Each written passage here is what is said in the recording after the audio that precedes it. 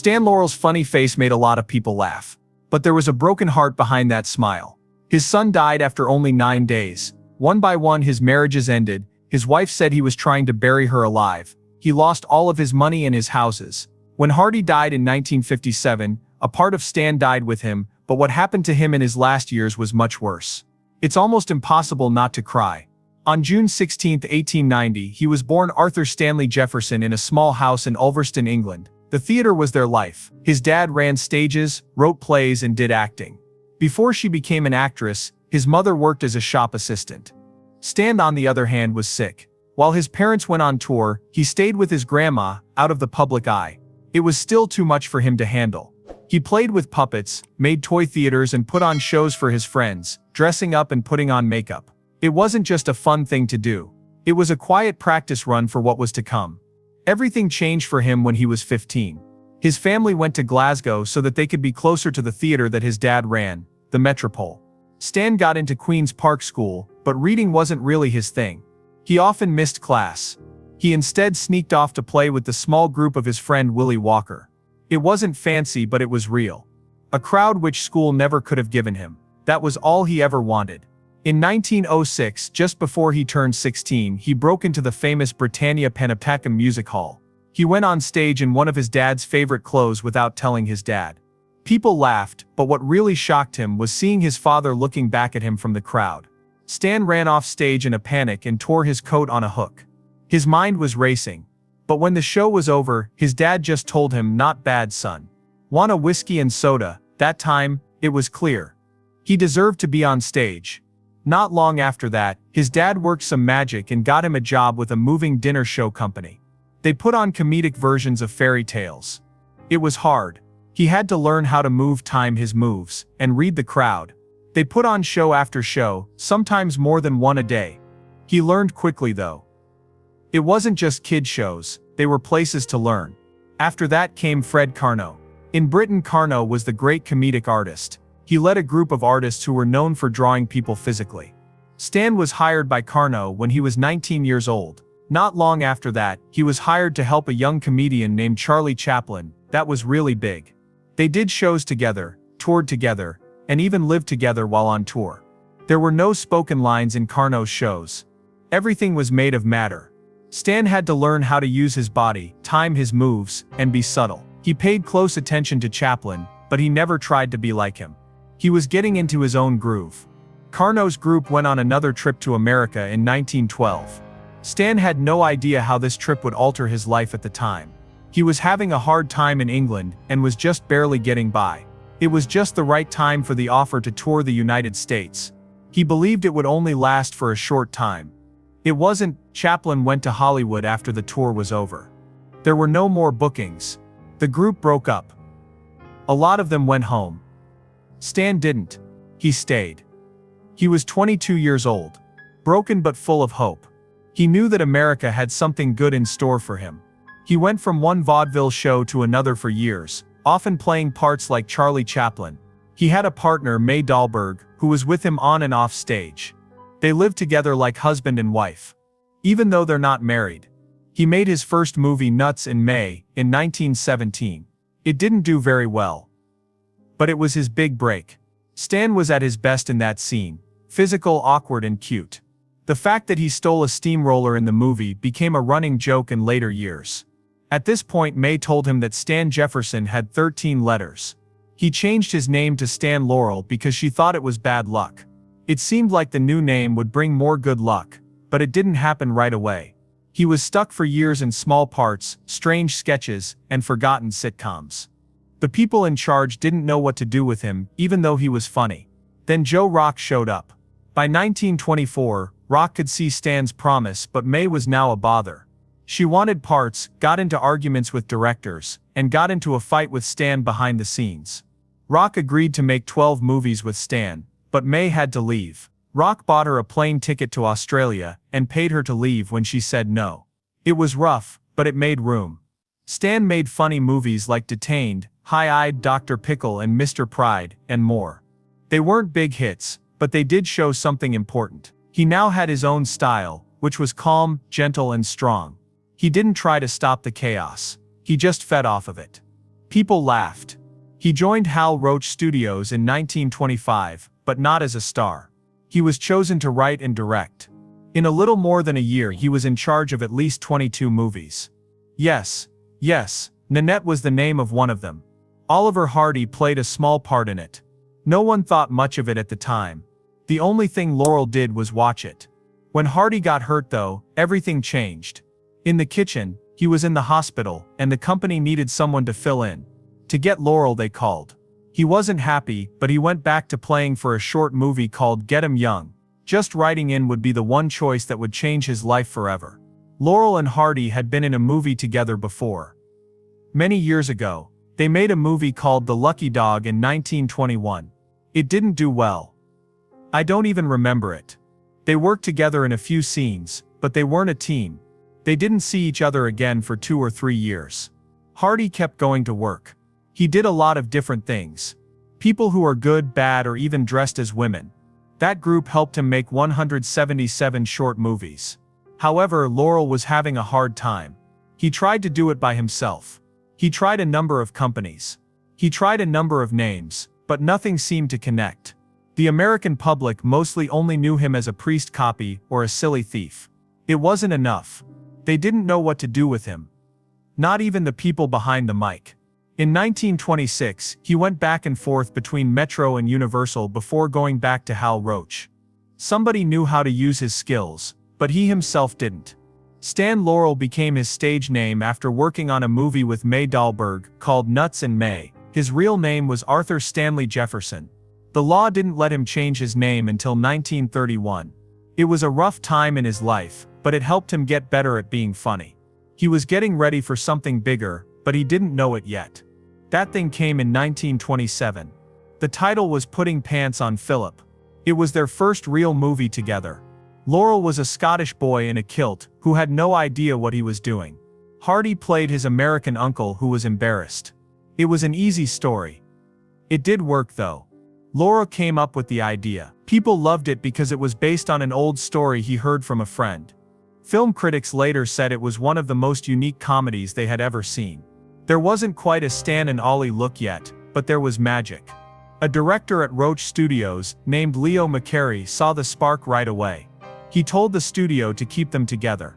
Over the course of 30 years, that one line led to 107 movies. The sound then came.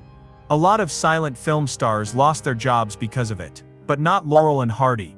They put out Unaccustomed as We Are. In 1929, it worked as their first talking picture. Laurel's voice was soft and high, almost like a child's, but it fit and made people laugh. Laurel and Hardy moved forward, while other entertainers fell. Laurel began to take charge behind the scenes. He changed parts of the story. He pushed people to improvise. He worked on the movie for hours. A lot of people knew who was really in charge, even though there were directors and writers on set. Roach later said he did it. Laurel was in charge of the show. He was the main author by 1929. When they wrote, it was crazy and disorganized, but they had a lot of great ideas. Hardy wasn't bothered. He laughed. I only did the jokes. After getting stuck in so many mud holes, that was enough. Stan Laurel was having a great time in May 1930. He and Oliver Hardy were becoming one of Hollywood's most popular comic teams. His wife Lois had their second child that same month. It was a boy. He was given the name Stanley Robert Laurel. But for a short time their home was full of hope and happiness.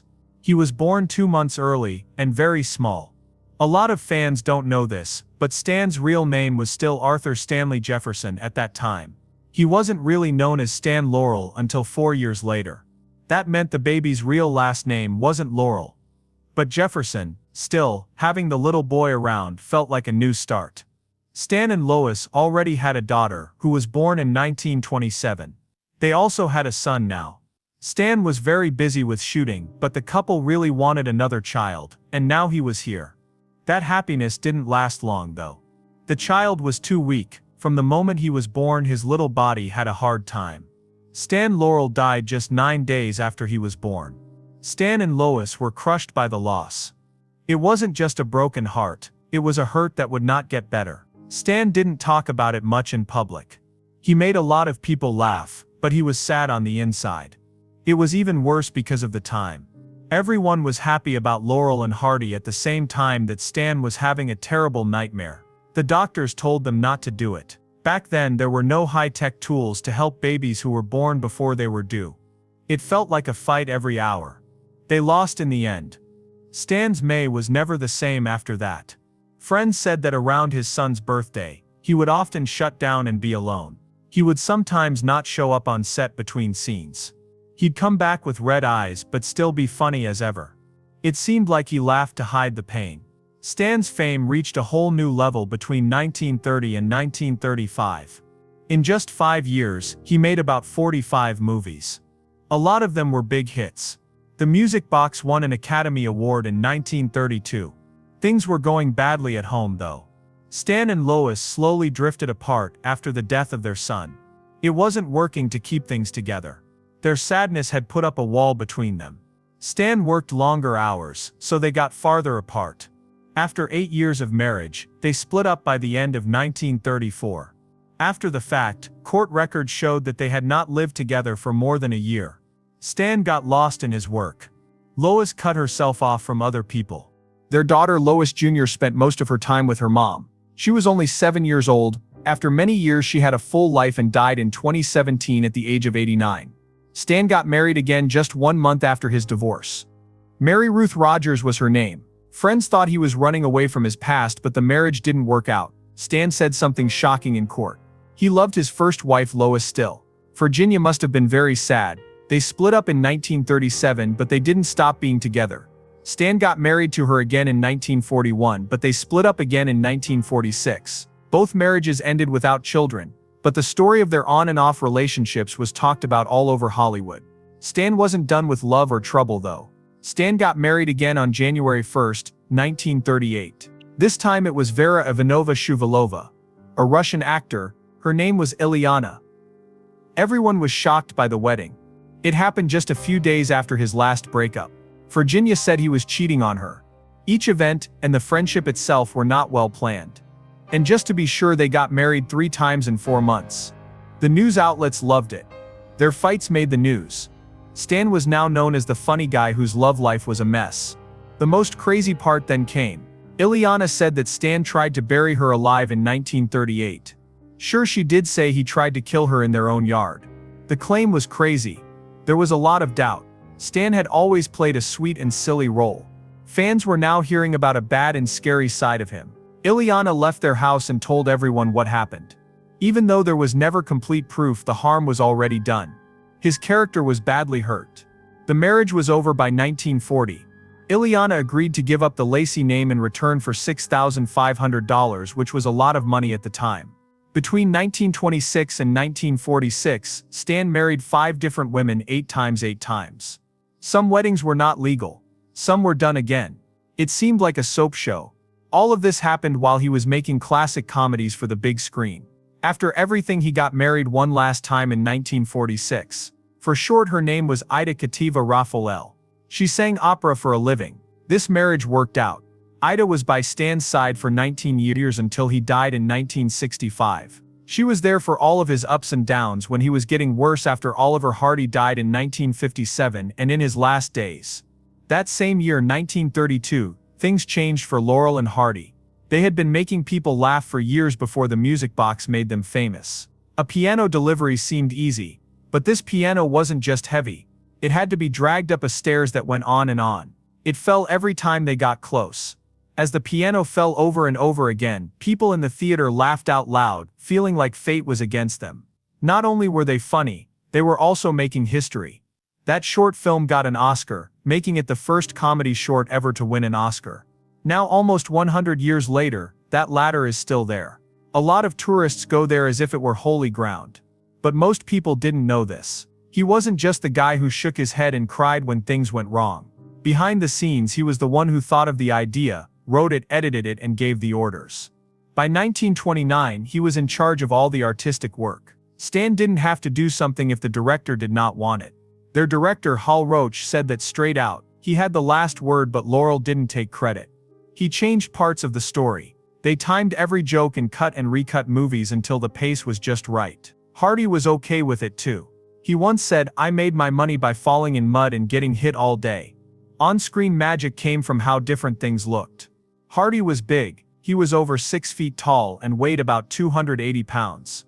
Always making a mess, he looked like a boss and talked like he knew everything. Laurel was shorter, quieter and more confused. But don't believe it. His sweet face made me think of a funny joke. People didn't think much of him. Both on and off film. Along with each other, they didn't act like the typical straight man and funny man. Instead, they took turns being the fool. That was what made them unique. And people during the Great Depression could relate to that. They could relate to the confusion, the fights and the laughter. Their work plan was very tough. They made more than 40 movies between 1930 and 1940. That's more than 4 each year. There were more than just talking heads for the camera. Hardy and Laurel did their own tricks. There were no doubles or tricks. There were real falls and bruises. They pulled a 500-pound piano up and down stairs over and over again until they passed out. Behind the laughs you could see the sweat, the limps and the real pain. That's just one movie. They shot 5 full shows just in 1935. The Fixer-Uppers, Bonnie Scotland, Thicker Than Water and The Bohemian Girl are some of the shows that I like. That kind of routine breaks other people but not them. Stan Laurel didn't fall all of a sudden. It happened slowly, was embarrassing and broke my heart. It began in the late 1930s when his business partnership with Hal Roach ended. Roach set up the contracts so that Laurel's and Hardy's would end at different times. It was a strong move. When Laurel's deal was up, Roach didn't wait. It was in Zenobia that he put Hardy with another comic, Harry Langdon. It hit you in the face. Roach even suggested that a new show called The Hardy Family could take the place of Laurel. Laurel went after them. There was a chance that everything would end when he sued Roach. They finally got settled down, and Laurel came back for a short time to finish 2 more movies, A Chump at Oxford and Saps at Sea. But that was it. It was the end of their time at Roach Studios. There were too many cracks. It looked like a step up when they moved to 20th Century Fox and MGM in the early 1940s. But it wasn't. It was a terrible mess. Laurel was always the one who came up with the funny ideas. He changed scripts, directed scenes without getting credit, and ran crazy but fun brainstorming meetings. But at the new workshops, he was just an artist hired to work there. Nothing, not even a say. From 1941 to 1944, they made 8 movies. It cost between $300,000 and $450,000 for each one. The movies made money but not a lot. The magic was still gone. There was no longer any work by Laurel and Hardy. They were made things.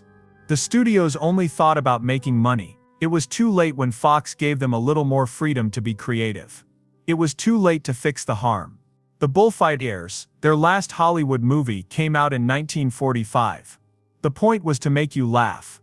Laurel even had 2 parts, which made him remember his days in silent movies. But something didn't feel right. The power wasn't there. People laughed at the movie, but it wasn't like old Laurel and Hardy movies. The B-movie business at Fox was being shut down behind the scenes. They were no longer seen as stars by the company. They were just old comedians from another time. So this movie was their farewell to America. After that, A Tall K came along in 1950. This was meant to be their comeback. A production in Europe, full creative freedom and a huge paycheck of $150,000 each, making money. But it turned into a nightmare. People on the group spoke 6 different tongues. There was no more communication, it was a mess filming. Laurel got laid up. It was dysentery and an infection in his groin. He lost more than 40 pounds. Things got worse for Hardy with his heart. It wasn't helping that he was 300 pounds and hot. It took almost a year to finish a shoot that was supposed to take 12 weeks. And every day the story is written over again. Fans were shocked when the movie finally came out in 1951. She seemed like a ghost. The jokes were not funny. A big K fell over. It was the last movie they ever made. After that they were going to do some live shows, but Hardy's health kept getting worse. It was over by 1954. It was just as bad in Laurel's personal life. As late as 1946, he was paying alimony to 3 ex-wives at the same time. Lois Nielsen, his first wife, left him in 1934. He got married to Virginia Ruth Rogers in 1935, but they split up by 1937. In 1938, he married Eliana Shuvalova. It was over too. He gave her $6,500 just to get rid of the Laurel name. He married Virginia Ruth again in 1941. In 1946, they split up again. Files with the court showed that 65% of his income was going to alimony. He was still having a hard time even though he was making a lot of money from movies. It seemed like things couldn't get any worse until May Dahlberg came back. She used to be his partner in vaudeville. She said he had promised to take care of her forever. She sued him in 1937. She brought scrapbooks and stories to court. It made Laurel look sick just to hear them. People paid attention to the court case. Dahlberg said she wanted $350 a month, which is around $6,500 today. Laurel had to pay legal fees and a new monthly bill, even though the case was solved without a fuss. Laurel lost about $360,000 from 1937 to 1944. Today, that's more than $6.5 million. He lost the money because he put his trust in the wrong people, mostly his cousin Edgar, who didn't know much about money. Edgar put money into oil businesses that didn't work out and lost $175,000 all at once. He also forgot to do Laurel's taxes for 3 years. That got them a $42,000 fine from the IRS. Laurel's drinking made things worse. He bought 3 fancy cars one night in 1940 after drinking a lot. He wasn't even able to drive them. He couldn't see well enough. In 1941, he also failed to get a fair deal with 20th Century Fox. No artistic freedom and no claim to the characters. He was just getting paid to work. He was getting money from Hardy to pay his bills by 1944. His home life fell apart too. In 1942, he had to sell his 18-room Cheviot Hills home for 40% less than what it was worth. It had a private movie theater, a pool and tennis fields. Everything is gone. The furniture was sold at auction. The 1938 Rolls-Royce Phantom III he loved so much only brought $1,200. He was living in a small 2-bedroom apartment in Santa Monica by 1943. Friends said he looked like he had lost. Things became so bad in 1945 that his wife Ida had to work at a department store to pay the bills. He was still in movies, but the companies were the ones who were making the most money. He fought Hal Roach in court for 4 years, from 1935 to 1939. It all began when he learned that Roach had broken their contracts on purpose. In 1935, Laurel sued Roach, but Roach had 7 lawyers. That was all Laurel had. Roach said in public that he wasn't dependable and was hard to deal with. The case went on for a long time and drained him. Hardy stayed with Roach and worked with Harry Langdon in Zenobia. Fans were very sad. Laurel is said to have spent $50,000 on the court case. He never got that money back. The relationship was broken even after coming back for 2 more movies with Roach. It was like old times when he signed with 20th Century Fox. There are no creative rights in this deal either. Somebody else's studio saw him as just another worker. Laurel and Hardy took a break after their last movie, A Tall K, came out in 1951. They had to slow down because their health was getting worse. They came back stronger and with more energy after a few months though. They went back to Europe in 1952, but not to make a movie. Instead, they did live shows. He even made a new sketch called A Spot of Trouble, which became a big hit. After that, in 1953, they did an act called Birds of a Feather. Then they went through one of the saddest times in their lives. On September 9, 1953, they got to Cove, Ireland. They were shocked by what took place. There were hundreds of boats all around the harbor. Whistles went off. On the docks, people yelled and cheered. After the fact, Stan said they had no idea what was going on. Then the town's church bells began to ring their theme song, Dance of the Cuckoos. The sound filled the room. Both men cried. They will always remember that moment. They went to Ireland, Scotland, and England on their tour. At first, some shows had seats that weren't filled, but more and more people came as word got out. They put on shows for 8 months. They played their last show at the Palace Theatre in Plymouth on May 17, 1954. Oliver Hardy had a small heart attack right after the curtain fell. Even though the tour was over, a local review still said nice things about them, saying they were still funny and smart. The tough part then came. Docs told Hardy in 1956 that his heart was not healthy. He tried to make things better. A lot of weight was taken off. More than 100 pounds, 45 kilograms. That belly is big. It was gone, and it had made people laugh for years. Things went badly even though the weight was lost. Hardy had a huge stroke. He was stuck. He was unable to talk. For a man whose whole life was about language and time, it was a cruel turn of events. He never did another show. He was with Stan Laurel the whole time. He came by a lot but didn't say anything. Hardy shouldn't feel bad about not being able to answer, so he didn't. The two men, who began in silent movies, found a way to talk without using words. They talked, showed things with their eyes, and used signs. That was enough. They didn't need to talk to each other to be close. But the disease took everything away. To pay his bills, Hardy had to sell his house. The truth was seen by everyone. Being famous didn't mean having a lot of money. Not back then. In August 1957, Hardy passed away. Stan Laurel came after 8 years. 74. It took place in Santa Monica on February 23, 1965. Stan was still making jokes right up until the end. He told his nurse that he was dying to go skiing right away. Even though he was stuck in bed, the joke was pure gold, silly, funny, and memorable. Even though he hadn't played in 10 years, his energy never went away.